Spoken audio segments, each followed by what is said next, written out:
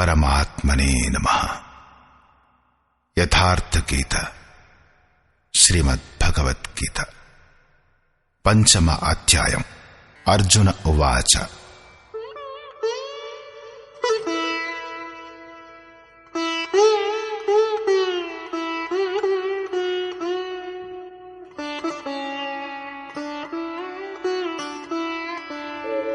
సన్యాసం కర్మణాం కృష్ణ పునర్యోగం చ శంససి యచ్ఛ్రేయ ఏతయోరేకం తన్మే బ్రూహి సునిశ్చితం. హే శ్రీకృష్ణ, మీరొకప్పుడు సన్యాసంతో కూడి చేసిన కర్మను, మరింకొకప్పుడు నిష్కామ దృష్టిలో చేసిన కర్మను ప్రశంసిస్తారు. ఈ రెండింటిలోనూ ఒకటి మీచే చక్కగా నిశ్చయించబడినది, పరమ కళ్యాణకారి అయిన దానిని నాకు చెప్పండి. ఎక్కడికైనా వెళ్ళడానికి మీకు 2 మార్గాలు చెప్పబడితే మీరు సుఖప్రదమైన దారేదని తప్పకుండా అడుగుతారు. అలా అడగనట్లయితే మీకు వెళ్లే అభిప్రాయమే లేదన్నమాట. అప్పుడు యోగేశ్వరుడైన శ్రీకృష్ణుడంటాడు, శ్రీ భగవానువాచ.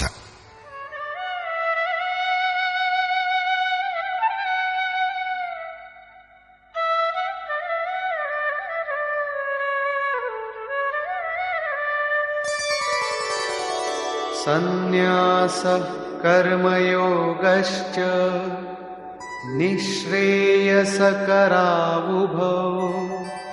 తయోస్తు కర్మ సన్యాసాత్ కర్మయోగో విశిష్యతే. అర్జున, సన్యాసంతో కూడి చేసే కర్మ అంటే జ్ఞాన మార్గంలో చేసే కర్మ, మరియు కర్మయోగ నిష్కామ భావనతో చేసే కర్మ, ఈ రెండూ కూడా పరమశ్రేయాన్నిప్పించేవే. కాని ఈ 2 మార్గాలలో సన్యాసం లేక జ్ఞాన దృష్టితో చేసే కర్మ కంటే నిష్కామ కర్మయోగం శ్రేష్టమైనది.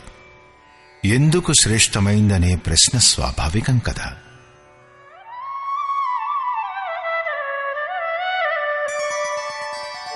జ్ఞేయః స నిత్య సన్యాసీ యో న ద్వేష్టి న కాంక్షతి నిర్ద్వంద్వో హి మహాబాహో సుఖం బంధాత్ ప్రముచ్యతే. మహాబాహువులు గల అర్జున, ఎవరినీ ద్వేషించని వాడిని, దేనిని ఆకాంక్షించని వాడిని ఎప్పటికీ సన్యాసి అని అనుకోవడం సముచితం. అతడు జ్ఞాన మార్గంలో గాని లేక నిష్కామ కర్మయోగంలో గాని ఉండవచ్చు. రాగద్వేషాది ద్వంద్వాలచే రహితుడైన ఆ పురుషుడు సుఖపూర్వకంగా భవబంధం నుంచి ముక్తుడైపోతాడు. సాంఖ్యయోగో పృథగ్ బాలాః ప్రవదంతి న పండితాః ఏకమప్యాస్థితః సమ్యగ్ ఉభయోర్విందతే ఫలం. నిష్కామ కర్మయోగం మరియు జ్ఞానయోగం, ఈ 2 మార్గాల గురించి ఎవరికి చాలా తక్కువగా తెలుసో అటువంటి వారే ఈ 2 వేరువేరు అని చెబుతారు. కాని పూర్ణ జ్ఞానవంతులైన పండితులు అలా చెప్పరు. ఎందుకంటే రెండింటిలో నుంచి ఏ ఒక్కదానిలోనైనా సరే చక్కగా స్థితుడైన పురుషుడు రెండింటి ఫలరూపుడైన పరమాత్ముణ్ణే పొందుతాడు. రెండింటి ప్రతిఫలం ఒక్కటే, కాబట్టి 2 ఒక్కలాంటివే.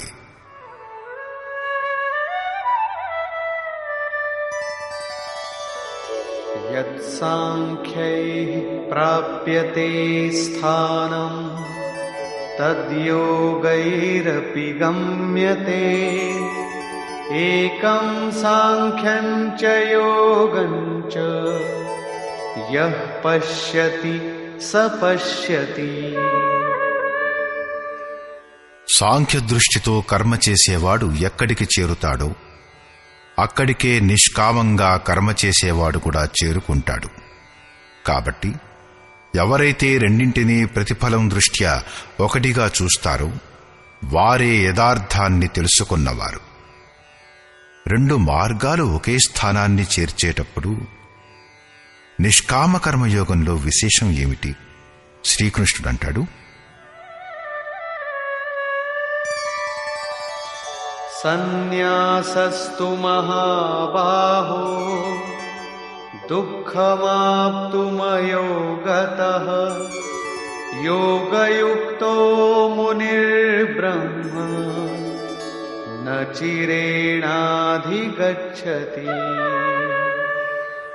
అర్జున, నిష్కామ కర్మయోగాన్ని ఆచరించకుండా సన్యాస అంటే సర్వస్వం యొక్క న్యాసం దుఃఖప్రదమైనది.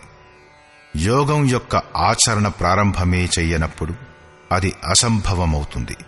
కాబట్టి భగవత్ స్వరూపాన్ని మననం చేసే మునులు, మనస్సుతో సహా ఇంద్రియాలు మౌనమైపోయిన ఆ మునులు నిష్కామ కర్మయోగాన్ని ఆచరిస్తూ పరబ్రహ్మ అయిన పరమాత్ముణ్ణి శీఘ్రంగానే పొందుతారు. జ్ఞానయోగంలో కూడా నిష్కామ కర్మయోగ ఆచరణే పాటించవలసి ఉంటుందని స్పష్టమవుతుంది. ఎందుకంటే రెండింటిలోనూ క్రియ ఒక్కటే. అది యజ్ఞం యొక్క క్రియ. దాని అసలైన అర్థం ఆరాధన. రెండింటిలో తేడా కేవలం కర్త యొక్క దృక్పథానికి సంబంధించింది మాత్రమే. ఒకడు తన శక్తిని అర్థం చేసుకుని లాభనష్టాల్ని బేరీజు వేసుకుంటూ అదే కర్మలో ప్రవృత్తుడవుతాడు. మరింకొకడు నిష్కామ కర్మయోగి, ఇష్టదైవంపై ఆధారపడి ఇదే కర్మలో ప్రవృత్తుడవుతాడు. ఉదాహరణకై ఒకడు ప్రైవేటుగా చదివితే రెండోవాడు విద్యాలయంలో చేరి చదువుతాడు. ఇద్దరి పాఠ్యక్రమం ఒక్కటే, పరీక్ష ఒక్కటే, పరీక్షించేవాడు పేపర్ దిద్దేవాడు కూడా ఒక్కడే. సరిగ్గా ఇదే ప్రకారంగా ఇద్దరికీ సద్గురువే తత్వదర్శకుడు. మరి డిగ్రీ కూడా ఒక్కటే. కేవలం ఇద్దరి దృక్పథాలే భిన్నమైనవి. అయితే స్కూలులో చదివే విద్యార్థికి దొరికే సదుపాయాలు అధికంగా ఉంటాయి. ఇంతకుముందు శ్రీకృష్ణుడు కామం మరియు క్రోధాలు దుర్జయులైన శత్రువులు, అర్జున వీటిని నీవు చంపుము అని అన్నాడు. అర్జునుడికి ఇది కఠినమైన పనిగా తోచింది. కాని శ్రీకృష్ణుడు కాదు, శరీరం కంటే అతీతమైనవి ఇంద్రియాలు, ఇంద్రియాల కంటే అతీతమైనది మనస్సు, మనస్సు కంటే అతీతమైనది బుద్ధి, బుద్ధి కంటే అతీతమైనది నీ స్వరూపం, నీవు దాని వలన ప్రేరణ పొందు అని అన్నాడు. ఈ ప్రకారంగా తన శక్తిని తెలుసుకుని దానిని ముందుంచుకుని స్వావలంబుడై కర్మలో ప్రవృత్తుడవటాన్ని జ్ఞానయోగం అంటారు. శ్రీకృష్ణుడన్నాడు, చిత్తాన్ని ధ్యానావస్థలో ఉంచుతూ కర్మను నాకు సమర్పించి ఆశ, మమత, సంతాపరహితుడవై యుద్ధం చెయ్యి. సమర్పణతో పాటు ఇష్టదైవంపై ఆధారపడుతూ కర్మలో ప్రవృత్తుడవడమే నిష్కామ కర్మయోగం. రెండింటిలోని క్రియ ఒక్కటే, మరి పరిణామం కూడా ఒక్కటే. దీనినే సమర్థిస్తూ యోగేశ్వరుడైన శ్రీకృష్ణుడు ఇలా అంటాడు, యోగాన్ని ఆచరించకుండా సన్యాసం అంటే శుభాశుభ కర్మల యొక్క చరమస్థితిని పొందగలగడం అసంభవం. శ్రీకృష్ణుడు చెప్పినట్లు అలాంటి యోగం ఏదీ లేదు.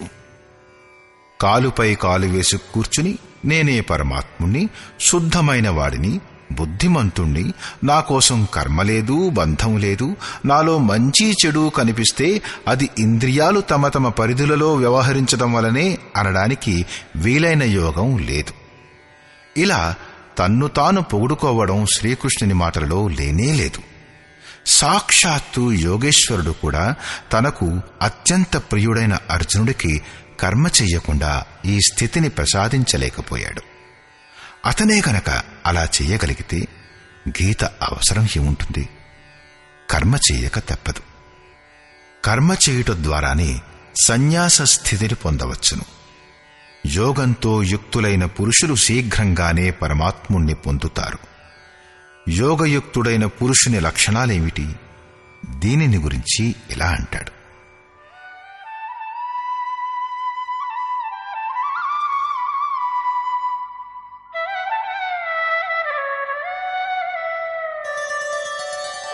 योगयुक्तो विशुद्धात्मा विजितात्मा जितेन्द्रियः सर्वभूतात्मभूतात्मा कुर्वन्नपि न लिप्यते।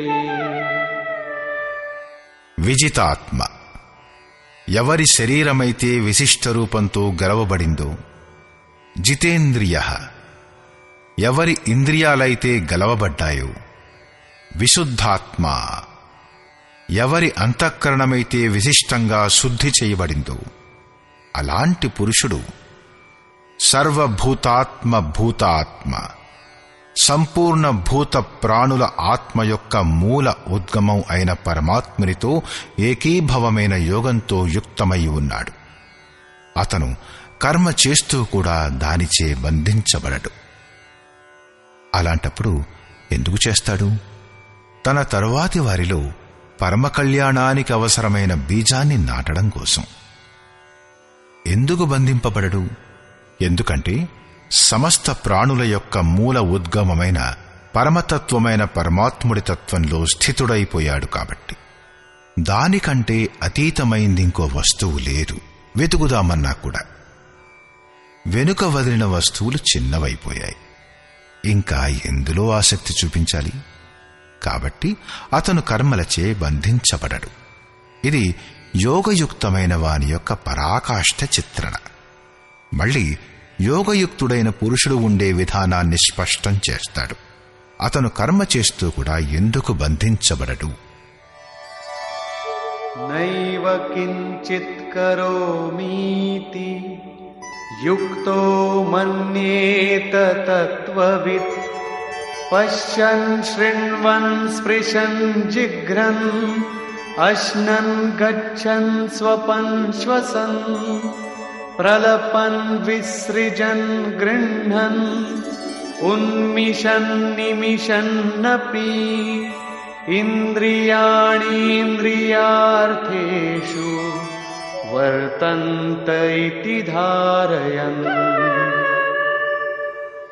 పరమతత్వమైన పరమాత్ముణ్ణి సాక్షాత్కార సహితంగా తెలుసుకున్న యోగయుక్తుడైన పురుషుని ఈ మనఃస్థితి అంటే అనుభూతి ఏమిటంటే, నేను కించిన్మాత్రం కూడా ఏమీ చెయ్యను అని.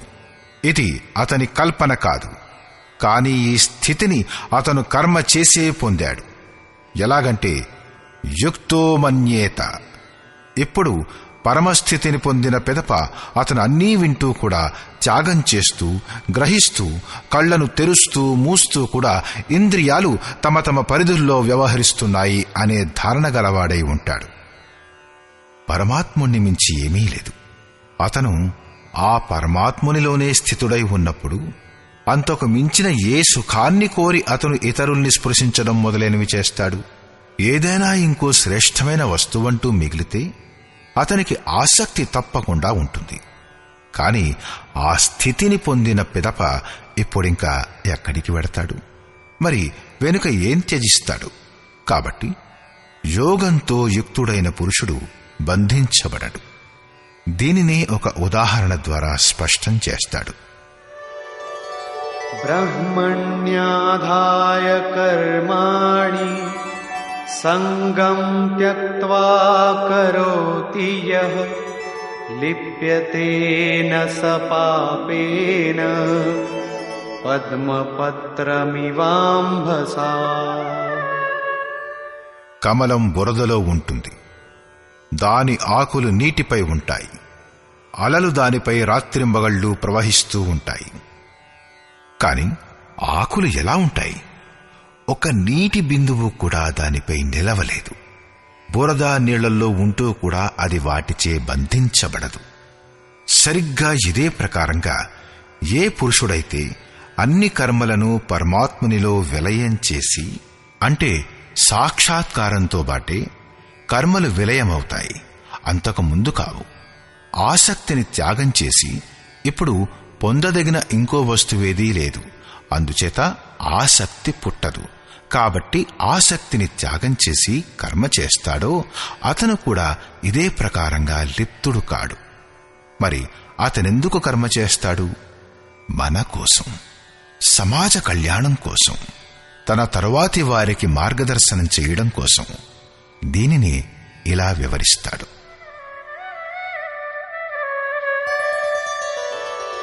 కాయేన మనసా బుద్ధ్యా కేవలైరింద్రియైరపి యోగినః కర్మ కుర్వంతి సంగం త్యక్త్వాత్మశుద్ధయే. యోగీజనులు కేవలం ఇంద్రియాలు, మనస్సు, బుద్ధి మరియు శరీరం ద్వారా కూడా ఆసక్తిని త్యాగం చేసి ఆత్మశుద్ధికై కర్మ చేస్తారు. కర్మలు బ్రహ్మలో విలయమైపోయినప్పుడు కూడా ఆత్మ అశుద్ధంగానే ఉంటుందా? లేదు. వారు సర్వభూతాత్మ అయిపోయారు. సమస్త ప్రాణులలో వారు తమ ఆత్మ విస్తరణనే చూస్తారు. ఆ సమస్త ఆత్మల యొక్క శుద్ధి కోసం, మన అందరి మార్గదర్శనం కోసం వారు కర్మలో వ్యవహరిస్తారు, కర్మను ఆచరిస్తారు. శరీరం, బుద్ధి, మనస్సు మరియు కేవలం ఇంద్రియాలతో వారు కర్మ చేస్తారు. స్వరూపంతో వారు ఏమీ చెయ్యరు, స్థిరంగా ఉంటారు. బయట నుంచి వారు క్రియలు చేస్తూ కనబడతారు, కాని లోపల వారిలో అంతులేని శాంతి ఉంటుంది. త్రాడు బూడిదైపోతుంది, కాని ఆ త్రాటి ఆకారం మాత్రమే మిగిలి ఉంటుంది. దాన్ని ముడివేయలేం, ఎవరినీ బంధించలేం.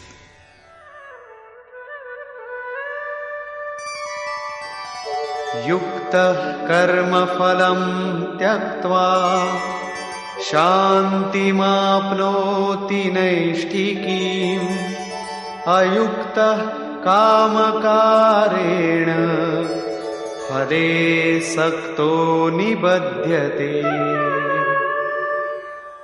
యోగయుక్తుడు అంటే యోగం యొక్క ప్రతిఫలమైన పరమాత్మను పొందిన పురుషుడు, అన్ని ప్రాణుల ఆత్మల యొక్క మూలమైన పరమాత్మనిలో స్థితుడై ఉన్న యోగి.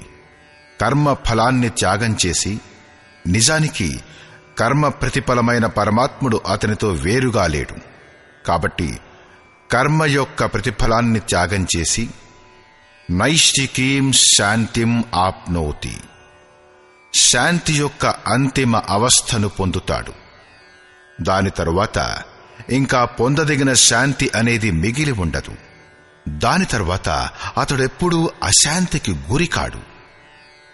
కాని ఏ పురుషుడు కర్మ పరిణామంతో యుక్తుడు కాడో, ఇంకా దారిలోనే ఉన్నాడో, అలాంటి పురుషుడు ప్రతిఫలాల్లో ఆసక్తుడై ప్రతిఫలమైన పరమాత్మునిపై ఆసక్తి కలగడం అవసరం. కాబట్టి ప్రతిఫలంతో ఆసక్తుడై కామకారేణ నిబధ్యతే, కోరుకొనుట వలన బంధించబడతాడు. అంటే చివరి వరకు కోరికలు జాగృతమవుతూనే ఉంటాయి. అందుచేత సాధకుడు చివరి వరకు సావధానుడై ఉండవలసి ఉంటుంది. గురు మహారాజుల వారనేవారు, ఓ, మనం భగవంతుడి నుంచి కొంచెం కూడా వేరుగా ఉన్నంత వరకు మాయ సఫలమనవచ్చు. ఈ దశని రేపు పొందవచ్చు. అయినా కూడా ఈరోజు అతను అజ్ఞానుడే. ఇందువలన చివరి వరకు సాధకుడు అజాగ్రత్తగా ఉండరాదు. ఇదే విషయం ఈ శ్లోకంలో చెప్పబడింది.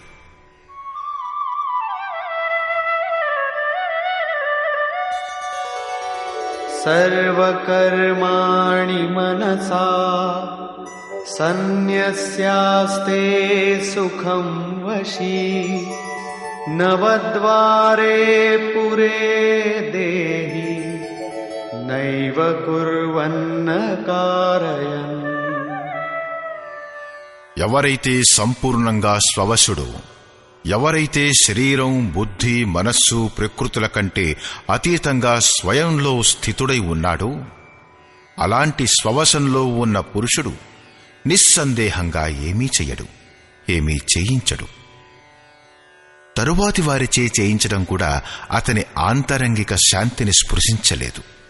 అలాంటి స్వరూపస్థుడైన పురుషుడు శబ్దాది విషయాలను గ్రహించే 9 ద్వారాలు, 2 చెవులు, 2 కళ్ళు, 2 నాసికరంధ్రాలు, 1 నోరు, ఉపస్థ మరియు పాయువు గల శరీరరూపమైన ఇంటిలో అన్ని కర్మలను మనస్సుతో త్యాగం చేసి స్వరూపానందంలోనే స్థితుడై ఉంటాడు.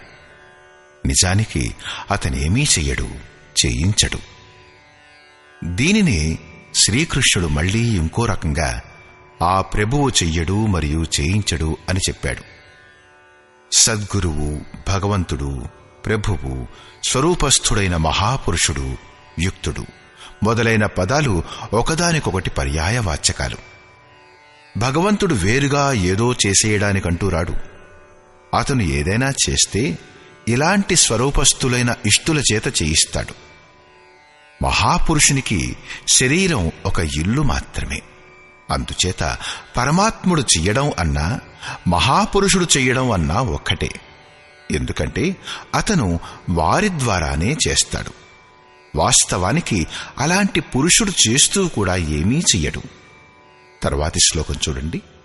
న కర్తృత్వం న కర్మాణి లోకస్య సృజతి ప్రభుః న కర్మఫల సంయోగం స్వభావస్తు ప్రవర్తతే. ఆ ప్రభువు భూత ప్రాణుల కర్తృత్వ భావాన్ని గాని, కర్మలను గాని, కర్మ యొక్క ప్రతిఫలాల సంయోగాన్ని గాని చెయ్యడు. కాని స్వభావంలో స్థితమైన ప్రకృతి యొక్క ప్రభావ ప్రేరణల చేతనే అందరూ వ్యవహరిస్తారు. ప్రకృతిని బట్టి సాత్వికం, రాజసం లేక తామసం ఉంటుందో ఆ విధంగానే వారు వ్యవహరిస్తారు. ప్రకృతి గొప్పదైనా మీ స్వభావం ఎంత వికృతమైందో లేక వికసితమైందో మీ మీద అంతే ప్రభావాన్ని వెయ్యగలదు. సాధారణంగా లోకులు చేసేవాడు, చేయించేవాడు భగవంతుడే అని, మనం నిమిత్తమాత్రులమే అని, మనచే మంచి చేయించినా సరే లేక చెడు చేయించినా సరే అంతా ఆ పరమాత్ముడు చేయించేదే అని అంటారు. కాని యోగేశ్వరుడైన శ్రీకృష్ణుడంటాడు, ఆ ప్రభువు చెయ్యడు, చేయించడు, అసలు సంయోగాన్నే కుదర్చడు. లోకులు తమ స్వభావంలో గల ప్రకృతికి అనుగుణంగా వ్యవహరిస్తారు, స్వతహా పనిచేస్తారు. వారు తమ అలవాట్లచే వివశులై పనిచేస్తారు. భగవంతుడు చెయ్యడు. అలాంటప్పుడు భగవంతుడే చేస్తాడని లోకులెందుకంటారు? యోగేశ్వరుడంటాడు,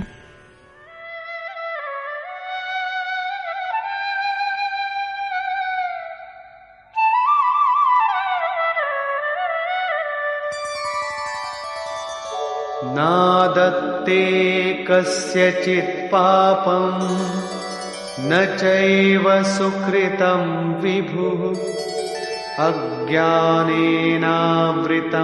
జ్ఞానం తేన ముహ్యంతి జంతవః. ఎవరినైతే ఇప్పటి వరకు ప్రభువు అన్నాడో అతనినే ఇక్కడ విభువు అనడమయ్యింది.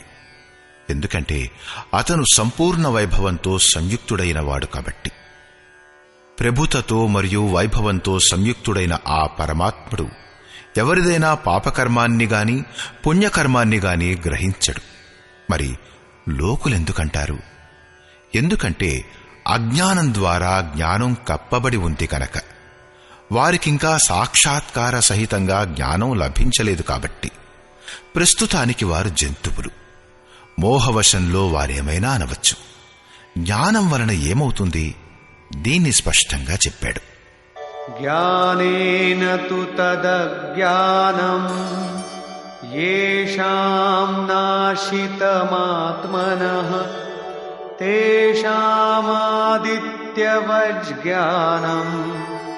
ప్రకాశయతి తత్పరం. ఎవరి అంతఃకరణంలోని అజ్ఞానం ఆత్మ సాక్షాత్కారం ద్వారా నష్టమైపోతుందో, ఎవరైతే జ్ఞానాన్ని పొందుతారో వారి యొక్క ఆ జ్ఞానం సూర్యుని సదృశంగా ఆ పరమతత్వమైన పరమాత్మని దర్శింపచేస్తుంది. అంటే ఆ పరమాత్మ అనేది ఏదైనా అంధకారం పేరా? కాదు. అతను స్వయం ప్రకాశ రూపదినరాతి, స్వయం ప్రకాశ రూపం కలవాడు. కాని మన ఉపయోగానికి కాదు. ఎందుకంటే ఆ పరమాత్ముడు కనిపించడు కదా.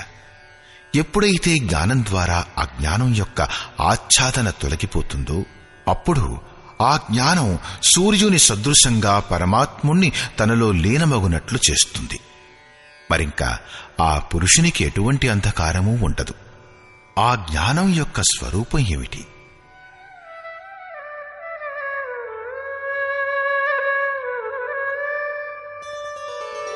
తద్బుద్ధయస్తదాత్మానః తన్నిష్ఠాస్తత్పరాయణాః గచ్చన్త్య పునరావృత్తిం జ్ఞాననిర్ధూతకల్మషాః. ఎప్పుడైతే ఆ పరమతత్వమైన పరమాత్మునికి అనుగుణంగా బుద్ధి ఉంటుందో, తత్వానికి అనుగుణంగా ప్రవహించే మనస్సు ఉంటుందో, పరమతత్వమైన పరమాత్మలో ఏకీభావంతో అతను ఉంటాడు, అతనిలో నిమగ్నుడై ఉంటాడు. అటువంటి దశ పేరే జ్ఞానం. జ్ఞానం కల్లబుల్లి కబుర్లు లేక వాద వివాదాల పేరు కాదు. ఈ జ్ఞానం ద్వారా పాపరహితుడైన పురుషుడు పునరాగమనరహితమైన పరమగతిని పొందుతాడు. పరమగతిని పొంది పూర్ణంగా తెలివితేటలతో యుక్తుడైన పురుషుణ్ణే పండితుడు అని కూడా అంటారు. తర్వాత విద్యా వినయ సంపన్నే బ్రాహ్మణే గవిహస్తిని శుని చైవ శ్వపాకే చ పండితాః సమదర్శినః. జ్ఞానం ద్వారా ఎవరి పాపాలైతే నశించిపోయాయో, ఎవరైతే అపునరావర్తి పరమగతిని పొందారో అలాంటి జ్ఞానులు వినయ సంపన్నుడైన బ్రాహ్మణుని పట్ల, చండాలుని పట్ల, ఆవు మరియు కుక్క పట్ల, ఏనుగు పట్ల సమానమైన దృష్టి గలవారై ఉంటారు. వారి దృష్టిలో విద్యా వినయ సంపన్నుడైన బ్రాహ్మణుడు గొప్పవాడు కాడు, చండాలుడు తక్కువ కాడు, ఆవు ధర్మం కాదు, కుక్క అధర్మం కాదు, అలాగే ఏనుగు పెద్ద శరీరాన్ని కలిగి ఉండదు. అలాంటి పండితులు జ్ఞాన సంపన్నులు, సమదర్శులు, సమవర్తులు అయి ఉంటారు. వారి దృష్టి చర్మంపై గాక ఆత్మపై పడుతుంది. వారికి కనిపించే భేదం ఏమిటంటే, విద్యా వినయ సంపన్నుడు స్వరూపానికి దగ్గరలో ఉంటే, మిగిలిన వారు కొంచెం దూరంలో ఉంటే, కొంతమంది ముందు మజిలీ చేరి ఉంటే, కొందరు వెనుక మజిలీలో ఉన్నారు. శరీరం వస్త్రం మాత్రమే. వారి దృష్టి వస్త్రం యొక్క మహత్వాన్ని చూడదు, కాని అతని హృదయంలో గల ఆత్మపై పడుతుంది. కాబట్టి వారెలాంటి భేదాన్ని చూపరు. శ్రీకృష్ణుడు పర్యాప్తమైన గోసేవ చేశాడు. అతను ఆవుల గురించి గౌరవప్రదంగా మాట్లాడాలి కదా, కాని అతనలా మాట్లాడలేదు. శ్రీకృష్ణుడు ఆవుకి ధర్మంలో ఎలాంటి స్థానమూ ఇవ్వలేదు. మిగిలిన జీవాత్మలలో లాగానే ఆవుల్లో కూడా ఆత్మ ఉందని అతను ఒప్పుకున్నాడు. ఆవుల ఆర్థిక మహత్వం ఏదైనా వాటి ధార్మిక మహత్వం మాత్రం తరువాతి తరం వారిచే ఇవ్వబడింది. శ్రీకృష్ణుడు ఇంతకుముందు చెప్పాడు, అవివేకుల బుద్ధి అనంత శాఖలు గలదై ఉంటుంది. కాబట్టి వారు అనంత క్రియలను విస్తరింపచేసుకుంటారు. ఆడంబరమైన శోభాయుక్తమైన భాషలో వాటిని వారు వ్యక్తపరుస్తారు. వారి మాటల యొక్క ప్రభావం ఎవరి చిత్తంపై పడుతుందో వారి బుద్ధి కూడా భ్రష్టమైపోతుంది. వారేమీ పొందలేరు, భ్రష్టులైపోతారు. కాని నిష్కామ కర్మయోగంలో అర్జున, నిర్ధారించబడిన క్రియ ఒక్కటే, అది యజ్ఞం యొక్క ప్రక్రియ, ఆరాధన. ఆవు, కుక్క, ఏనుగు, రావి చెట్టు, నది మొదలైన వాటి ధార్మిక మహత్వం ఇలాంటి అనంత శాఖలు గల అవివేకుల అభిప్రాయం మాత్రమే. వీటికే గనక నిజంగా ధార్మిక మహత్వం ఉంటే శ్రీకృష్ణుడు చెప్పి ఉండేవాడే. గుడి, మసీదు వగైరా పూజాస్థలాలు ఆరంభంలో అవసరమైనవే. అక్కడ ప్రేరణ కలిగించే సామూహిక ఉపదేశాలివ్వబడతాయి. కాబట్టి వాటి ఉపయోగం తప్పకుండా ఉంటుంది. అవి ధర్మోపదేశం వినిపించే కేంద్రాలు. ప్రస్తుత శ్లోకంలో 2 రకాల పండితుల గురించి చర్చించబడింది. ఒక పండితుడు పూర్ణ జ్ఞాత, మరి 2వ రకం పండితుడు విద్యా వినయ సంపన్నుడు. వారు 2 రకాలెలా? వాస్తవానికి ప్రతి విషయానికి 2 హద్దులుంటాయి. ఒకటి అత్యధికమైనది, పరాకాష్ఠ. మరి రెండోది ప్రారంభిక దశకు చెందినది లేదా నిమ్నతమైనది. ఉదాహరణకై, ఎక్కడి నుంచైతే భక్తి మొదలవుతుందో, వివేకం, వైరాగ్యం మరియు ధ్యానంతో ఆరాధించడం మొదలవుతుందో అది భక్తి యొక్క నిమ్నతమ హద్దు.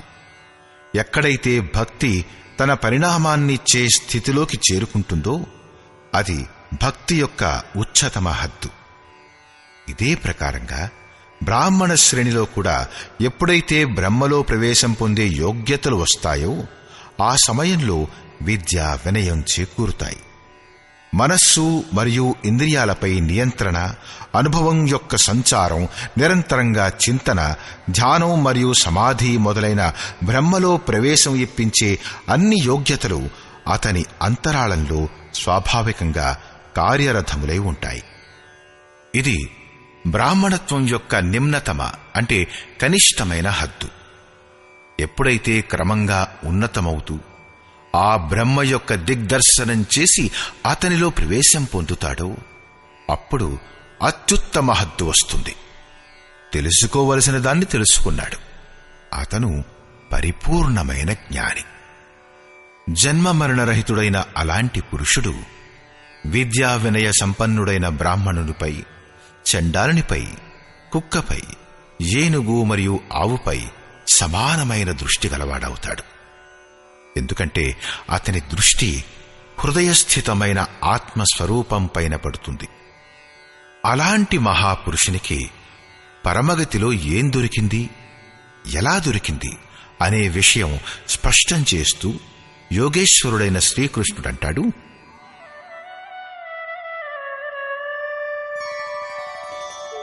ఇహైవ తైర్జితః సర్గో యేషాం సామ్యే స్థితం మనః నిర్దోషం హి సమం బ్రహ్మ తస్మాత్ బ్రహ్మణి తే స్థితాః. ఎవరి మనస్సైతే సమత్వంలో స్థితమై ఉంటుందో అలాంటి పురుషులు జీవించి ఉన్న అవస్థలోనే సమస్త ప్రపంచాన్ని గెలుస్తారు. మనస్సు యొక్క సమత్వానికి ప్రపంచాన్ని గెలవడానికి గల సంబంధం ఏమిటి? ప్రపంచం నాశనమైపోతే ఆ పురుషుడు ఉండేదెక్కడ? శ్రీకృష్ణుడు నిర్దోషం హి సమం బ్రహ్మ, ఆ బ్రహ్మ నిర్దోషి మరియు సమత్వం గలవాడు అని అంటాడు. ఇక్కడ అతని మనస్సు కూడా నిర్దోషి మరియు సమత్వ స్థితి పొందినటువంటిది. తస్మాత్ బ్రహ్మణితే స్థితాః, కాబట్టి అతడు ఆ బ్రహ్మలో స్థితుడైపోతాడు. దీని పేరే అపునరావర్తి పరమగతి. ఇది ఎప్పుడు లభిస్తుంది? ప్రాపంచిక రూపమైన శత్రువు జయించబడినప్పుడు. ప్రపంచం ఎప్పుడు జయించబడుతుంది? ఎప్పుడు మనస్సు నిరోధించబడుతుందో, సమత్వంలో ప్రవేశం దొరుకుతుందో అప్పుడు. ఎందుకంటే మనస్సు యొక్క ప్రసారమే జగత్తు. ఎప్పుడైతే ఆ బ్రహ్మలో స్థితుడైపోతాడో అప్పుడు ఆ బ్రహ్మజ్ఞాని లక్షణాలేమిటి, అతడు ఉండే విధానాన్ని స్పష్టం చేస్తాడు శ్రీకృష్ణుడు.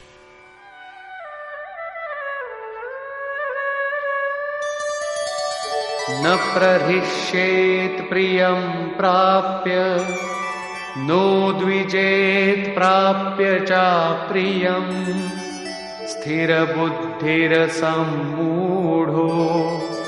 బ్రహ్మవిద్ బ్రహ్మణి స్థితః. అతనికి ప్రియం, అప్రియం అంటూ ఉండదు. కాబట్టి దేనినైతే లోకం ప్రియమైనదంటుందో దానిని పొంది అతను ఆనందించడు. దేనినైతే లోకులు అప్రియమైనదంటారో అది ఎలాంటిదంటే ధర్మావలంబి సూచించే చిహ్నాన్ని పెట్టడం. దాన్ని పొంది ఉద్వేగాన్ని పొందడు. అటువంటి స్థిరమైన బుద్ధి గలవాడు, అసమ్మూఢ సంశయరహితుడైనవాడు, బ్రహ్మవిద్, బ్రహ్మతో సంయుక్తుడైన బ్రహ్మవేత్త, బ్రహ్మణి స్థిత, పరాత్పర బ్రహ్మలో ఎల్లప్పటికీ స్థితుడై ఉంటాడు. బాహ్యస్పర్శేష్వసక్తాత్మా విందత్యాత్మని యత్సుఖం స బ్రహ్మయోగయుక్తాత్మా సుఖమక్షయమశ్నుతే. బయటి ప్రాపంచిక భోగాల పట్ల అనాసక్తుడైన పురుషుడు తన అంతరాత్మలో స్థితమైన ఏ సుఖమైతే ఉందో ఆ సుఖాన్ని పొందుతాడు. ఆ పురుషుడు బ్రహ్మయోగయుక్తాత్మ, పరబ్రహ్మ అయిన పరమాత్మునితో కలిసినటువంటి ఆత్మ కలవాడు. కాబట్టి అతను ఏ ఆనందానికైతే ఎప్పటికీ అంతులేదో అటువంటి శాశ్వతమైన ఆనందాన్ని అనుభవిస్తాడు. ఈ ఆనందాన్ని ఎవరనుభవించవచ్చు? ఎవరైతే బయటి విషయం, భోగాల పట్ల అనాసక్తులవుతారో వారు. అంటే భోగించటం, సుఖించటం తప్ప? భగవంతుడైన శ్రీకృష్ణుడు ఇలా అంటాడు,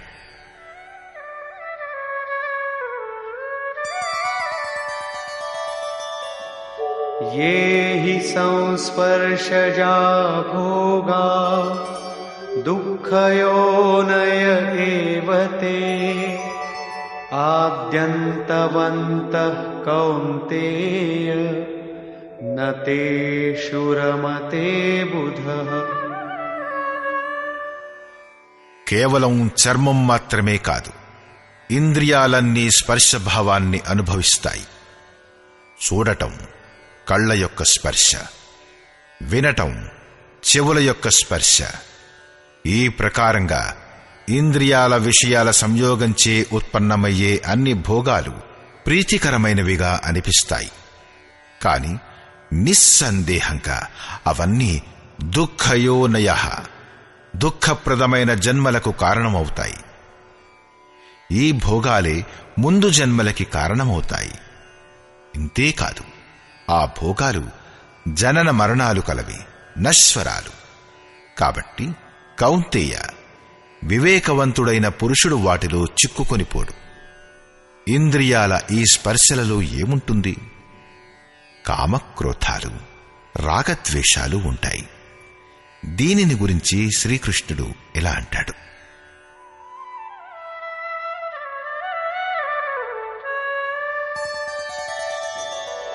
शक्नोति हैव यः सोढुम् प्राक्शरीरविमोक्षणात् कामक्रोधोद्भवं वेगं स युक्तः स सुखी नरः. కాబట్టి ఏ మనుష్యుడైతే శరీరం నాశనమవ్వడానికి ముందే కామం మరియు క్రోధాల నుండి ఉత్పన్నమయ్యే వేగాన్ని సహించడంలో, నాశనం చేయడంలో సమర్థుడవుతాడు, అతడే నరుడు, రమించనివాడు. అతడే ఈ లోకంలో యోగంతో యుక్తుడైనవాడు మరియు అతడే సుఖంగా ఉండేవాడు.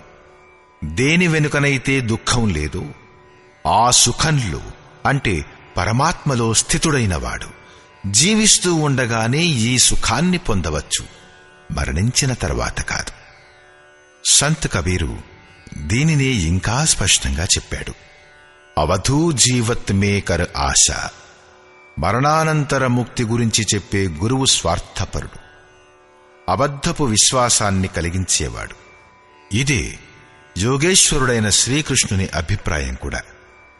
శరీరం ఉండగానే, మరణానికి ముందే ఎవడైతే కామక్రోధాల వేగాన్ని నశింపచేయడంలో సమర్థుడవుతాడో ఆ పురుషుడే ఈ లోకంలో యోగి. అతనే సుఖంగా ఉండేవాడు. కామం, క్రోధం వంటి బాహ్య స్పర్శలే శత్రువులు. వీటిని మీరు జయించండి. ఇలాంటి పురుషుని లక్షణాలనే మళ్లీ చెబుతాడు, యోంతః సుఖోంతరారామః తథాంతర్జ్యోతిరేవ యః స स योगी ब्रह्मनिर्वाणम् ब्रह्मभूतोऽधिगच्छति. ఏ వ్యక్తి అయితే అంతరాత్మలోనే సుఖం కలవాడు, అంతరారామః అంతరాత్మలోనే విశ్రమించువాడు, ఎవరైతే అంతరాత్మలోనే ప్రకాశం కలవాడో, సాక్షాత్కారం పొందినవాడు, అతనే యోగి. బ్రహ్మభూతః బ్రహ్మతో ఒక్కటై బ్రహ్మ నిర్వాణం వాక్కులకు అతీతమైన బ్రహ్మ శాశ్వత బ్రహ్మను పొందుతాడు. అంటే మొదట వికారాల నాశనం, అంటే కామక్రోధాల నాశనం, మరి తరువాత దర్శనం, అటు తరువాత ప్రవేశం.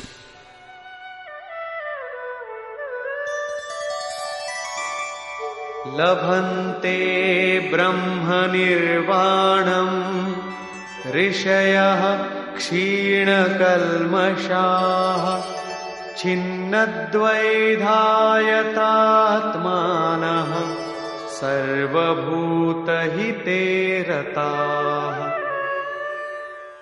పరమాత్ముడి సాక్షాత్కారం వలన ఎవరి పాపాలు నాశనమైపోయాయో, ఎవరి సంశయాలు నశించిపోయాయో, సంపూర్ణ ప్రాణుల హితానికై ఎవరు పాటుపడుతున్నారో, ఎవరు పరమాత్మ సాక్షాత్కారం పొందినవారో వారే ఇలా చెయ్యగలరు.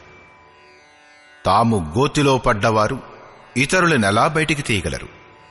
కాబట్టి కరుణ అనేది మహాపురుషులకు స్వాభావికమైన గుణం అయిపోతుంది. యతాత్మానః జితేంద్రియులైన బ్రహ్మజ్ఞానులైన పురుషులు శాంత పరబ్రహ్మను పొందుతారు. ఆ మహాపురుషుల స్థితిని గురించి మళ్లీ వివరిస్తాడు.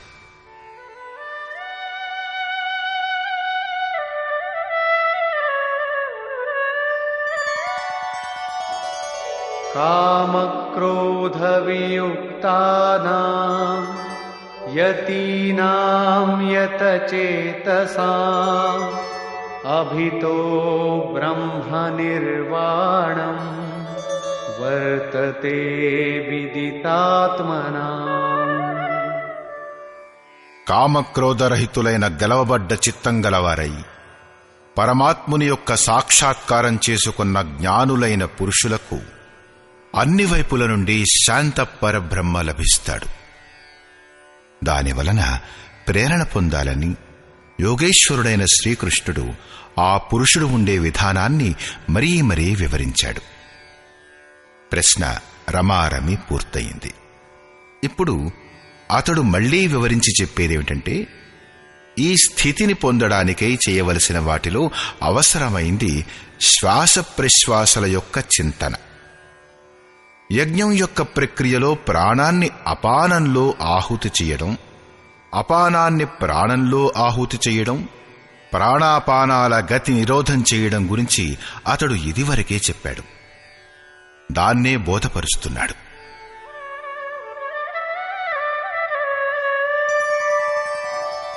స్పర్శాన్ కృత్వా బహిర్బాహ్యాన్ చక్షుశ్చైవాంతరే భ్రువోః ప్రాణాపానౌ సమౌ కృత్వా నాసాభ్యంతరచారిణౌ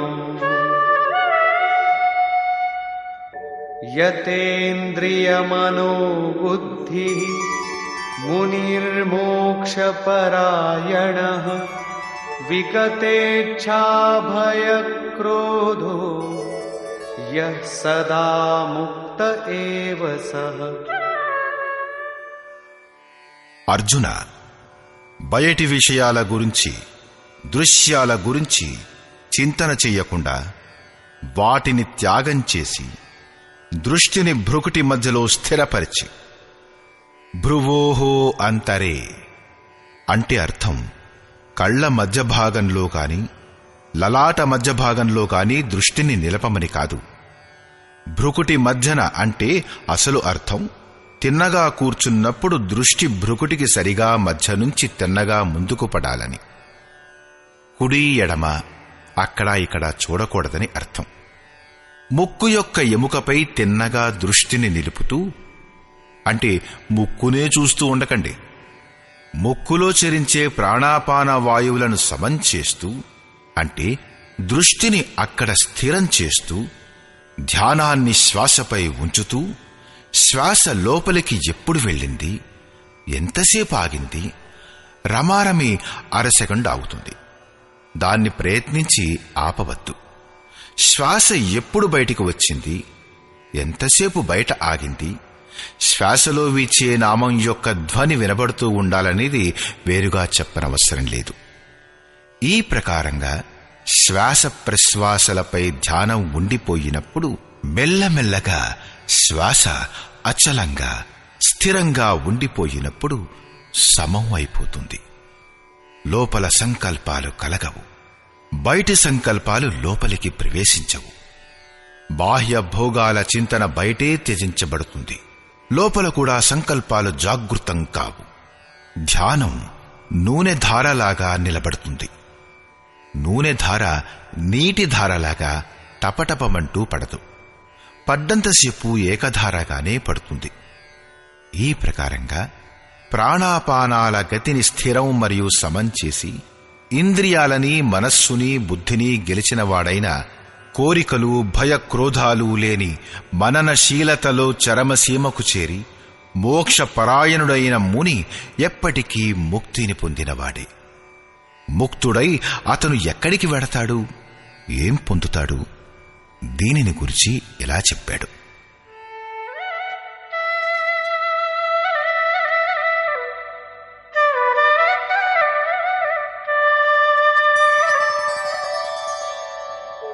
భోక్తారం యజ్ఞతపసాం సర్వలోకమహేశ్వరం సుహృదం సర్వభూతానాం జ్ఞాత్వా మాం శాంతిమృచ్చతి. ముక్తుడైన ఆ పురుషుడు నన్ను యజ్ఞాలను మరియు తపస్సులను అనుభవించే సమస్త లోకాల ఈశ్వరునికి కూడా ఈశ్వరుణ్ణి కాబట్టి సమస్త ప్రాణులకు స్వార్థరహితుడైన హితైషిగాను సాక్షాత్తుగా తెలుసుకుని శాంతిని పొందుతాడు. శ్రీకృష్ణుడంటాడు, ఆ పురుషుని యొక్క శ్వాస ప్రశ్వాసల యజ్ఞం మరియు తపస్సుల యొక్క భోక్తను నేనే. యజ్ఞం మరియు తపస్సులు చివరకు దేనిలోనైతే లయించిపోతాయో అది నేనే. అతడు నన్ను పొందుతాడు. యజ్ఞం చివర దొరికేది దేని పేరైతే శాంతియో అది నా స్వరూపమే. ఆ ముక్తుడైన పురుషుడు నన్ను తెలుసుకుంటాడు, తెలుసుకోగానే నన్ను పొందుతాడు. దీని పేరే శాంతి. ఎలాగైతే నేను ఈశ్వరులకు కూడా ఈశ్వరుణ్ణు, అలాగే అతను కూడా ఈశ్వరులకు కూడా ఈశ్వరుడైపోతాడు. సారాంశం: ఈ అధ్యాయం ఆరంభంలో అర్జునుడు ఒకప్పుడు మీరు నిష్కామ కర్మయోగాన్ని ప్రశంసిస్తారు, ఒకప్పుడు సన్యాస మార్గంలో చేసే కర్మను ప్రశంసిస్తారు, దేనినైతే మీరు నిశ్చయించారో, ఏదైతే పరమ కళ్యాణకారియో, ఈ రెండింటిలో ఒక దానిని గురించి చెప్పండి అని అడుగుతాడు. శ్రీకృష్ణుడంటాడు, అర్జున, రెండింటిలోనూ పరమ కళ్యాణం ఉంది. రెండింటిలోనూ నిర్ధారితమైన యజ్ఞం యొక్క ఒకే క్రియ చేయబడుతుంది. అయినా కూడా నిష్కామ కర్మయోగం విశిష్టమైనది. ఇది చేయకుండా సన్యాసం అంటే శుభాశుభ కర్మల అంతం కాదు. సన్యాసం మార్గం కాదు, అదొక మజిలీ పేరు. యోగంతో యుక్తుడైన వాడే సన్యాసి. యోగయుక్తుడైన వాని లక్షణాలు చెప్పాడు. అతడే ప్రభువు. అతడు ఏమీ చెయ్యడు, ఏమీ చేయించడు. కాని స్వభావంపై ప్రకృతి యొక్క ప్రభావానికి అనుగుణంగా లోకులు కర్మలు చేస్తారు. ఎవరైతే సాక్షాత్తుగా నన్ను తెలుసుకుంటారో వారే జ్ఞానులు, వారే పండితులు.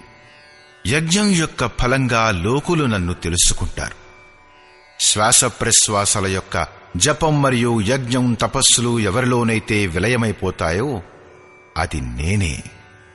యజ్ఞం యొక్క ఫలస్వరూపమైన నన్ను తెలుసుకుని వారు ఏ శాంతినైతే పొందుతారో అది కూడా నేనే. శ్రీకృష్ణుడు వంటి మహాపురుషుల వంటి స్వరూపం సాక్షాత్కారం పొందిన వారికి కూడా లభిస్తుంది. అతడు కూడా ఈశ్వరులకు ఈశ్వరుడు, ఆత్మలకు కూడా ఆత్మస్వరూపమయుడైపోతాడు. ఆ పరమాత్మునితో పాటు ఏకీభావాన్ని పొందుతాడు. అలా అవడానికి ఎన్ని జన్మలు పట్టినా సరే. ఈ అధ్యాయంలో స్పష్టం చేయబడింది ఏమిటంటే, యజ్ఞం, తపస్సు వీటి యొక్క భోక్త మహాపురుషులలో కూడా ఉండే శక్తి ఈ రెండు మహేశ్వరుడే.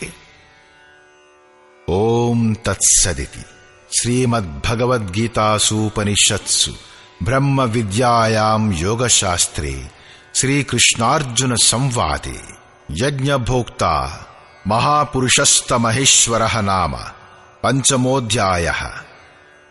ఈ ప్రకారంగా శ్రీమద్భగవద్గీత రూపమైన ఉపనిషత్తు మరియు బ్రహ్మ విద్య మరియు యోగ శాస్త్ర విషయంలో శ్రీకృష్ణుడు మరియు అర్జునుడి యొక్క సంవాదంలో యజ్ఞభోక్త మహాపురుషస్థుడు మహేశ్వరుడు అనే పేరుగల 5వ అధ్యాయం పూర్తయింది.